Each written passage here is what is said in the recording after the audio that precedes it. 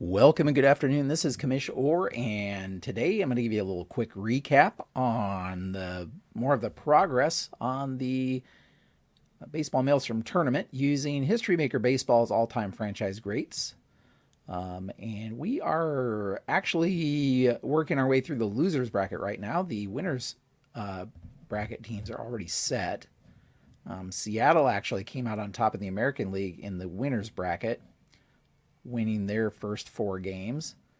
And in the National League, we have the St. Louis Cardinals, who won their first four games to top the National League winners bracket. But we are in here in the losers bracket, and we started with these games on the 4th here.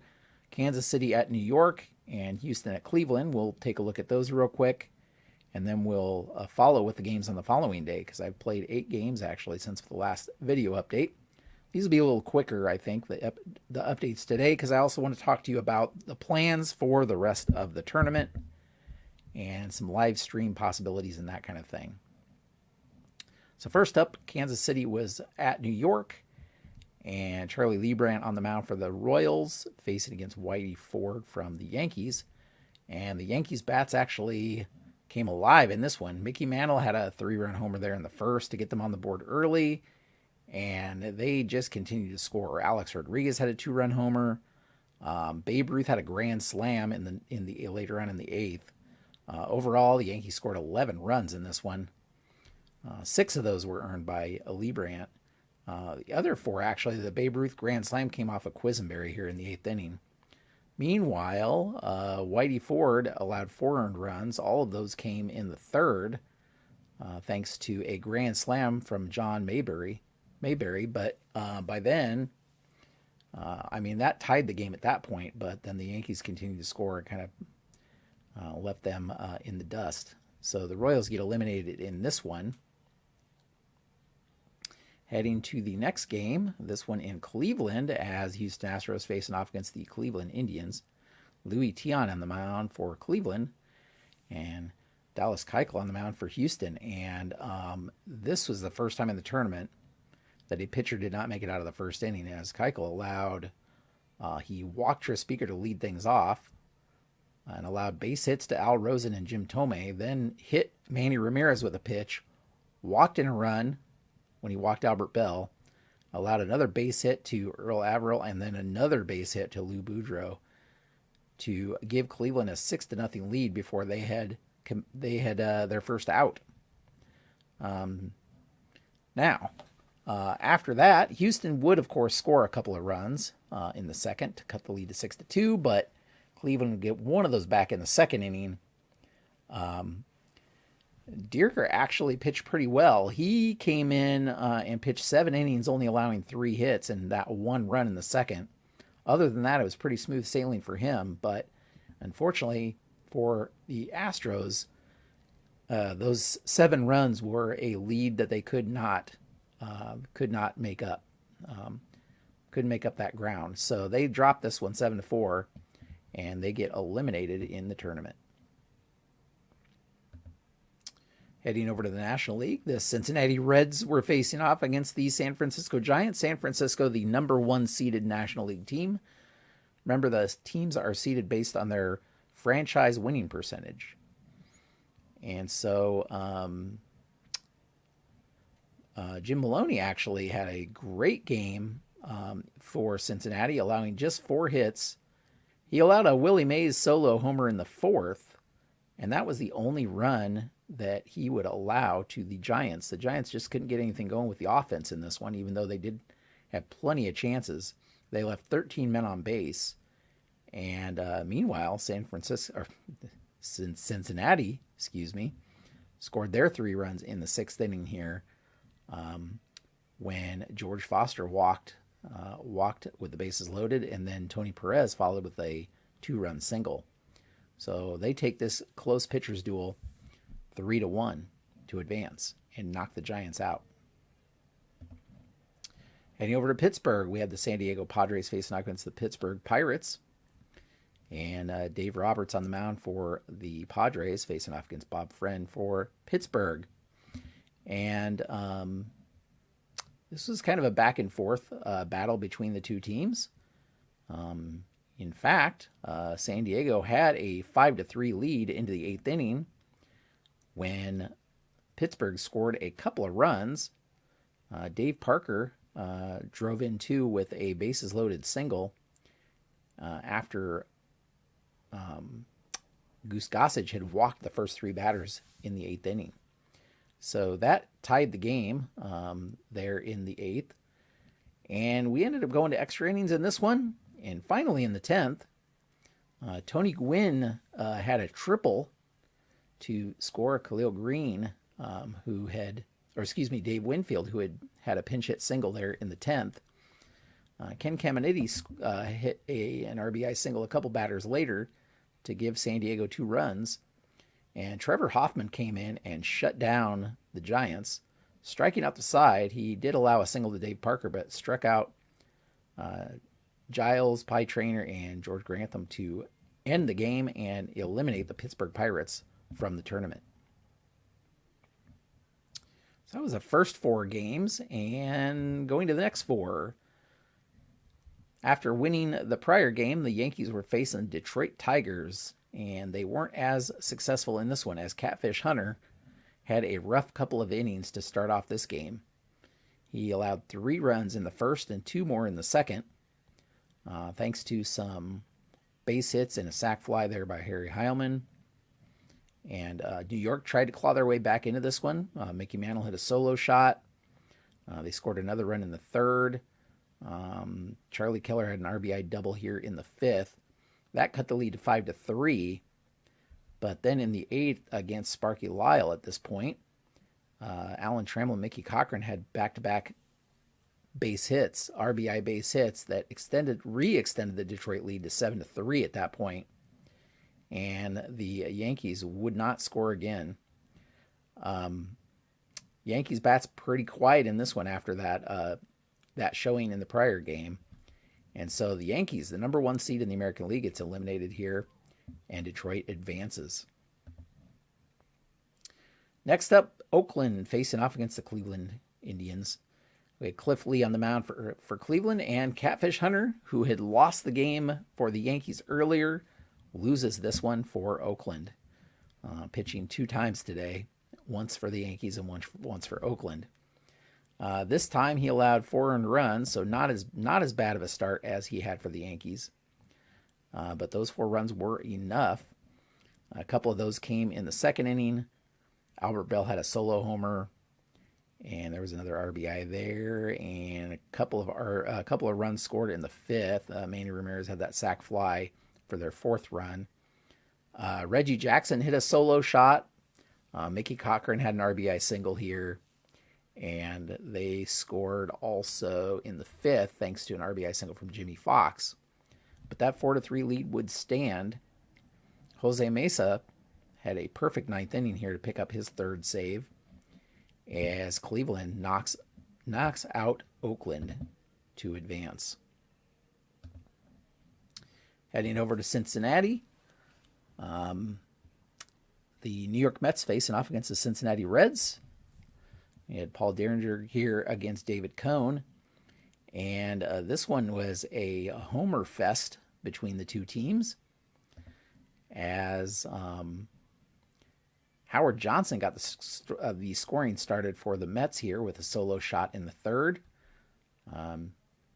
Ted Kluszewski had a 3-run homer, though, in response here in the 3rd to put the Reds up 3-1. But then in the 5th, the Mets had a big inning as Darryl Strawberry had a 2-run homer and Mike Piazza had a 3-run homer to score 5 runs here in the 5th to put the Mets up 6-3.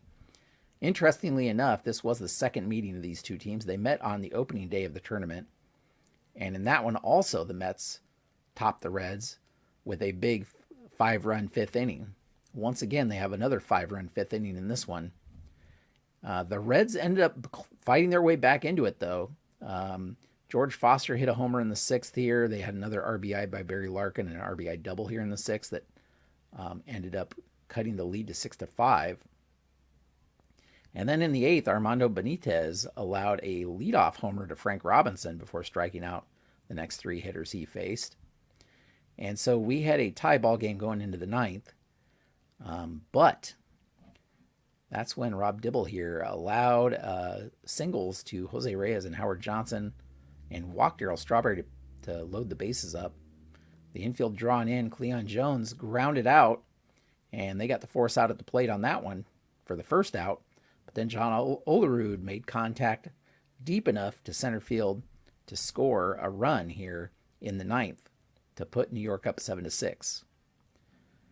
And John Franco came in and had a 1-2-3 ninth to end the Reds season and advance the Mets. Finally, we had San Diego facing off against the LA Dodgers. Again, this was another rematch from opening day where these two teams fought each other.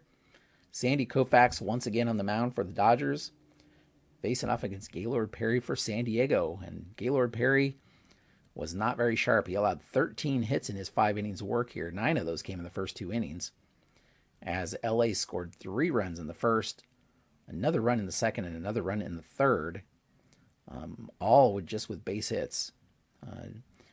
Gary Sheffield, actually, though, for the Padres, kept them in it. He had an RBI single in the first and then a grand slam in the third off of Koufax for the only 5 Padres runs to that point.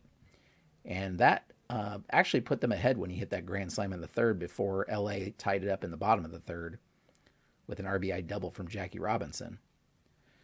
LA would score again with a solo shot from Matt Kemp in the fifth, and Matt Kemp would extend that lead with another solo shot in the seventh. Matt Kemp, 3 for 4 in this game with 2 homers, as he was in for due to an injury to a left fielder, and I'm not remembering who that left fielder was off the top of my head.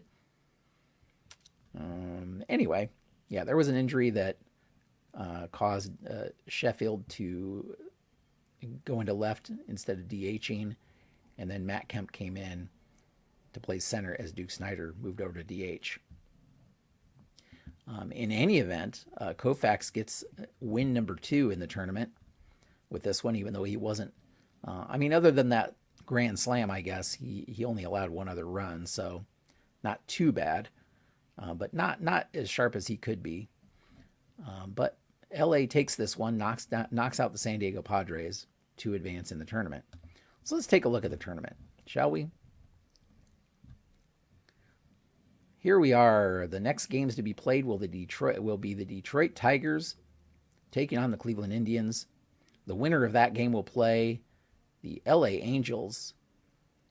And then the winner of that game will play the American League Championship game with the Seattle Mariners. Seattle is not lost yet, so they'd have to lose 2 games to get knocked out. Meanwhile, down in the National League, the next game is between the Dodgers and the Mets. The Mets will be at LA in this one. And then the winner of that game will play the Miami Marlins, the surprise of the tournament, number 16 seed in the National League, much like Seattle is in the American League. And then the winner of that will take on the St. Louis Cardinals in the National League Championship. So we are getting down to it here. Only a few games left, actually, in the tournament. So the plan is that I usually do about 4 games a week. So if I do that on schedule, then these next 4 games will be played, sometime, I'll probably finish sometime a little after Christmas, those 4 games. And that will leave us with the American and National League Championship games. Those I will plan to play, or at least film my live play of those games, so that everybody has a chance to kind of see how I play. Remember, I use an Excel dice roller, basically. I have History Maker Baseball's charts set up in Excel so that it shows me the results. And so some of you may be interested to see how all that looks and how that works. And so those games, the championship, American League and National League Championship games, I will plan on recording the play of those games so that you can see how those work. And of course, the winner of each of these will go on to the World Series, if you will. That will not be a best of 7.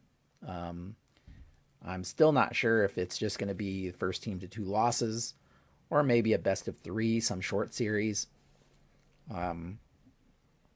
Maybe best of 5. I'm not sure yet exactly what I'm going to do with that, but the plan will be to actually live play those games also, to record myself playing those games also so that you can see.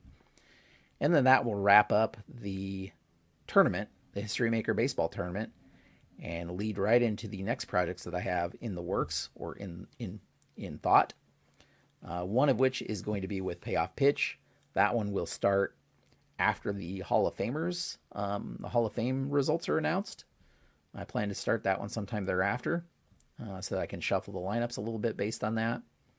And then I have a couple of other projects in the works, which I will talk about soon. So keep watching the channel if you're curious. I'm going to be adding a couple of other tabletop baseball games to the mix. So History Maker Baseball will take a back seat after that, after this tournament, while I try some of those other games as well. So with all that said, as always, you can head over to baseballmaelstrom.com to keep up on the action in any of my leagues. But currently in the tournament that's going on, you can see the tournament bracket right here, a little write-up on each game. You can see the schedule, scores. You can see stats. If you click on stats, you can see the ball stat stats, which are pretty in-depth. And you can also see the old Payoff Pitch League that I finished earlier this year here on the Pops League page, if you're curious to see how that one went. With all that said, I thank you so much for coming by and watching. Hopefully you find this interesting. Until next time, have a great evening.